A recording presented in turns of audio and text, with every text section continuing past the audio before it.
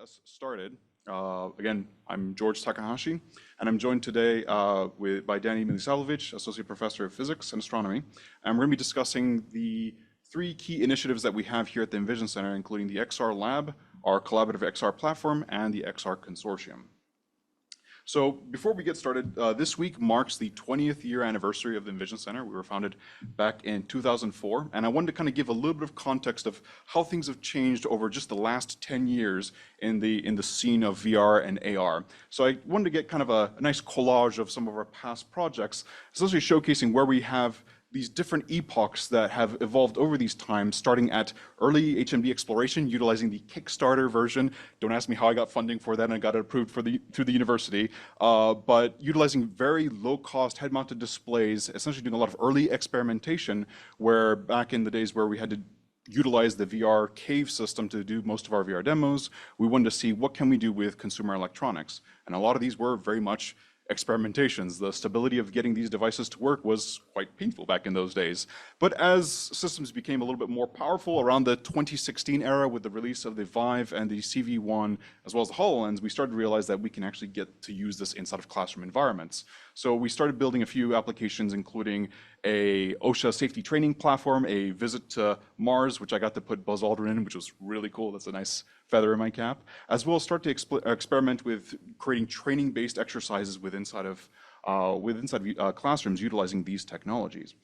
Over the last few years, even past COVID, we were starting to also add in the capacity of having VR collaboration, where we can bring people together. Rather than having a singular person experience, kind of like a flight training sim by themselves, we want to extend to see if we can create mentor training environments, as well as collaborative student engagements using these technologies, which essentially amounts to kind of like a multiplayer video game. But in the classroom execution, we found that there's quite a bit of benefit from being able to engage with others.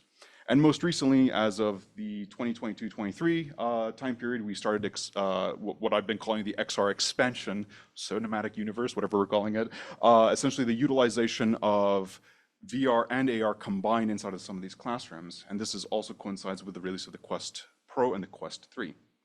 So before we dive in too deep, I want to set sort of a quick foundation for everybody, where we utilize the term XR, or extended reality, to encompass pretty much the gamut of realities, but I want to set sort of the three pillars that are required, at least this is from my perspective, as well as my years here working with these technologies, that they have to have three major components. There has to be a stimuli that gives some form of an output system that we're receiving, usually in the form of a visual and auditory platform.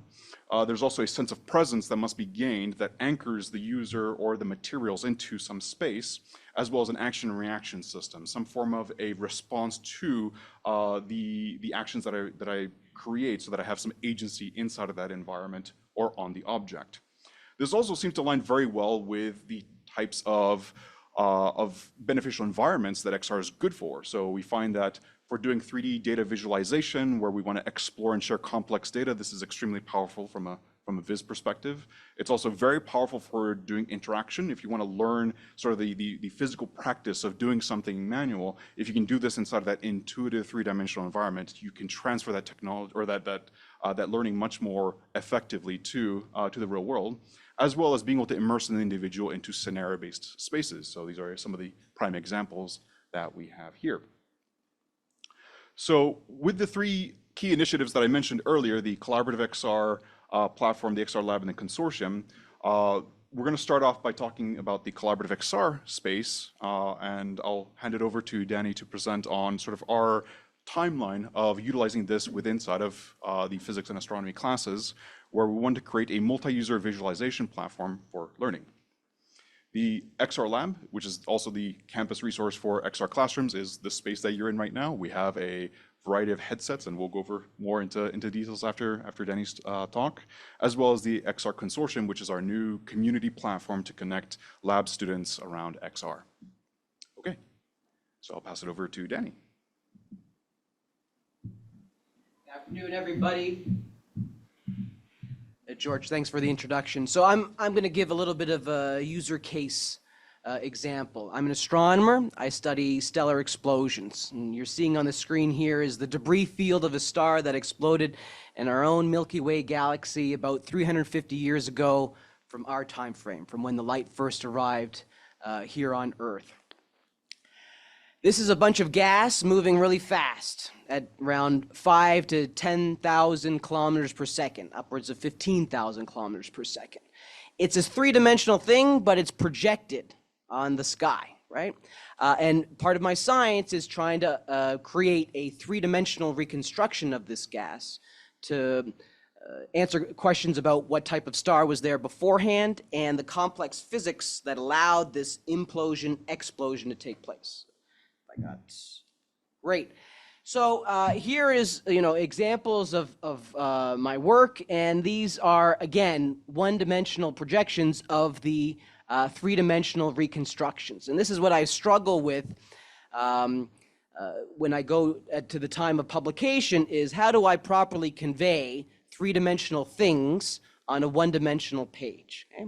But we're now in a timeline where we don't have to be limited to the 2D plane, but we have new technologies, and that's about when I arrived at Purdue in 2017 and came to the Envision Center and said, here's my problem, can you help me out?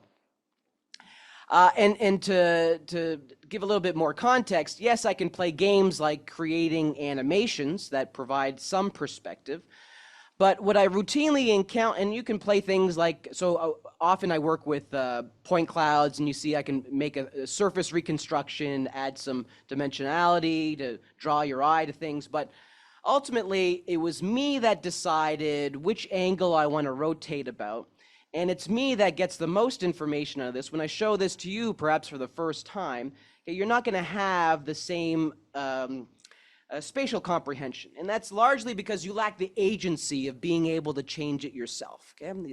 I'm finding more and more that if you have the ability to change the angle, either with your hand or moving your head around, it allows you to unpack the three-dimensional properties much more efficiently. So, as I wrote there, how the data are represented can limit or accelerate their comprehension and impact. So here is where we were circa 2018-ish, okay? Our first attempt at co-located VR. So we had the Oculus Go's, and there were pucks using the motion tracker.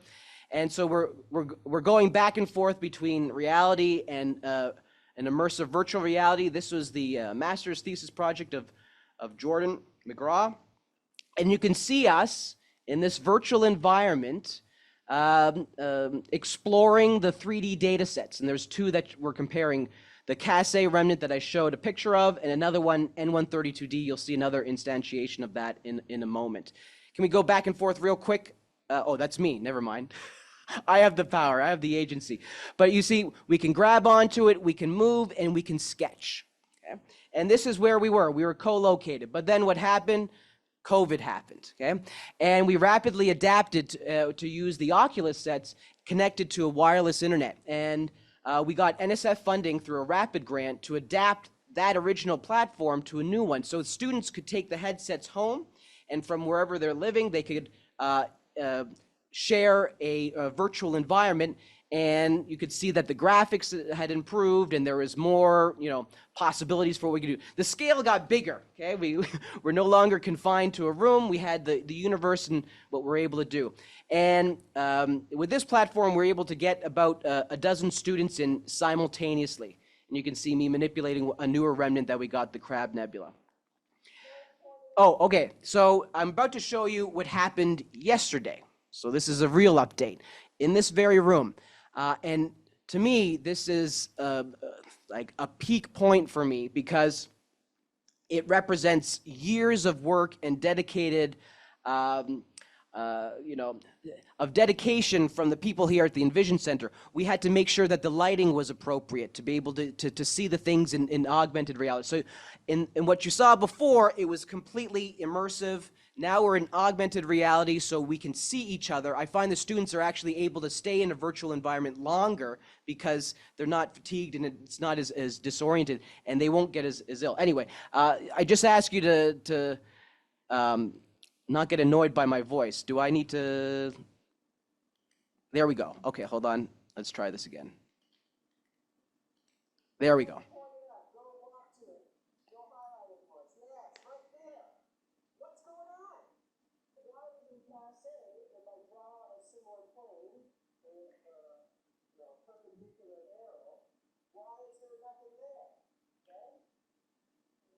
students. So these are both core collapse supernovae, passing and the crab. But the crab, okay, had a lot more hydrogen around its star before it exploded.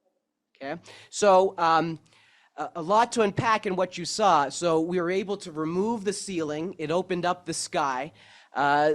One of the student comments was, this makes planetariums obsolete, because not only could they just look at it, but we could bring the objects within hand and we could pass it around. The students were able to grapple with the remnants, scale them. We drew on it, and people could walk right up to it and around. It's a culmination of so many things that have come together, and I'm really excited about where we are. Now I'm going to pass it back to George.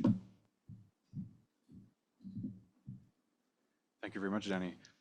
You mentioned, I think, to me once in the past that allowing you to explore these stars in space kind of allows you to be sort of like a CSI bomb detective, which I really love that description. You're essentially able to actually get into the environment and really communicate with inside of this space to your colleagues. Previously, if you're in a singular VR headset, you had to kind of point on a screen and say, "Do you see what I'm seeing? No? Okay, let me give you the headset now."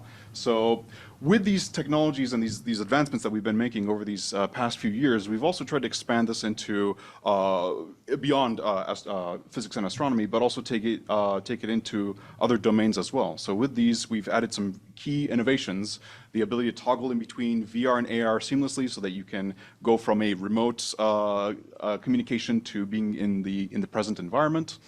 We have that sort of virtual planetarium view, which allows you to kind of get that green screen effect. If you want to be able to take you to other places as well, we have a full mixed reality with depth occlusion capacity. We've also tried to standardize how we bring in 3D data, as well as potentially stream in materials, so that we can essentially in the future pull in any 3D model, point cloud, animated isosurfaces, as well as with some limited support volumetric data as well. We are utilizing mobile devices, so there are some limits that we have to be concerned about. We also have been creating these co-located teaching spaces and virtual tours and you can see kind of here in some of these videos where we can essentially replace the full physical environment, but still do sort of like an augmented virtuality effect, if you're familiar with that, still place the person into these virtual spaces. We also do have networked voice for remote users, so if people aren't able to join in that space, they can still hear us and have these conversations, as well as the ability to have free-form drawing and object annotations that anchor it to whichever object that you're drawing on top of. And this experience that we saw just yesterday, as well as this next video, we were able to cram up to about 20 people inside of a room, which we've never done before. So this was a great sort of benchmark of this environment, where we really wanted to push how many people we can have in the space. And as you can see, it got chaotic pretty fast. Even inside of this sort of 30-foot by 30-foot environment, once you have that many people sort of wandering around, even if they can see each other, it starts to get a little bit cluttered. So we're trying to devise better ways of administrating and managing these spaces so that we can grow to allow larger audiences to join in. So that is the XR collaborative environment that we've been working on. And to support other faculty and spaces who want to utilize these technologies, we've sort of rebuilt this XR lab space so that we can expand access to these resources and provide support and training through the space. So we've purchased Quest 3s and Pros to be able to have inside of a classroom style environment, as well as hopefully soon getting the Vario XR4 so we can do higher end advanced visualization, so we can really push the boundaries of how much we can render onto these spaces. And we can also tie into our object motion capturing system. So if we want to do human body ergonomics, or just earlier today we were doing lightsaber fighting, so whatever it is that we want to do, we can essentially combine these technologies. And we're also opening up, this is our call to action, if you wish to schedule the room or actually leverage this inside of your class, please feel free to reach out to us. All right. And here's some examples of where we're utilizing these in classes. So what you saw previously, this was Sean Jung's class where we had the hotel tourism management video. So I got to use your video, thank you so much. But we also have other examples where we're able to bring people into watching like 360 videos, as well as doing some experimentations of creating motion capture to be utilized in a VR research study. So these are some of the latest examples of that.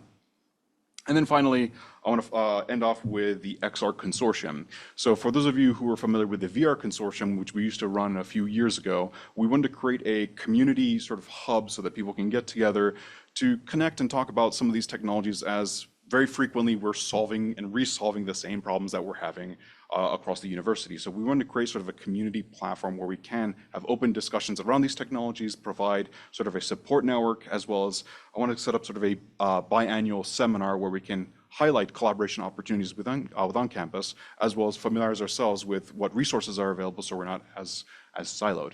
And the panel discussion that we have here today, I'm kind of informally calling our first consortium meeting, as we'll be all getting together and talking about some very challenging topics around implementation of these technologies into the classroom environment. So with that, thank you very much. And we'll have a 5-minute gap before we move on to our next speaker. I guess if we do have some time, do we have any questions? I'll just take a moment because I think I took too much time, but I had so much I wanted to say. When I presented, I came originally with a research problem, and it just so happened that the platform that got developed ended up being an amazing teaching platform as well. And over the last few years, we've been able to develop in such a way that on the one hand, I can introduce students to concepts that are challenging to really comprehend on a screen in the classroom. And on the other, I've been able to improve my science capabilities by active manipulation of these data sets. One of the takeaway points, for instance, is there's a figure on one of my papers. It's one of the figures that gets mentioned all the time.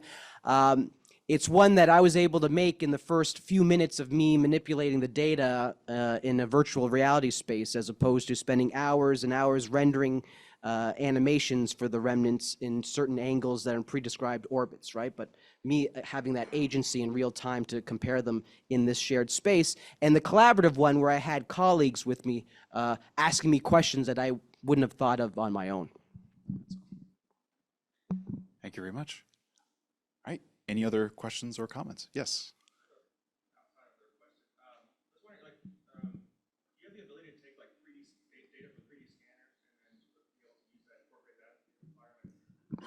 Yes, in fact, one of the videos that you were seeing earlier where we had sort of like I think it's a video of Greece, or I think it's the second half of this video. That's a 3D scan that was taken from, I think, a LiDAR scan, or some of them may be photogrammetry. But essentially anything that's a 3D model format, as long as it's optimized for mobile, we can bring it in. Obviously, the more detail or the bigger the model, the more we have to work around optimizing it so that it can work on a mobile platform.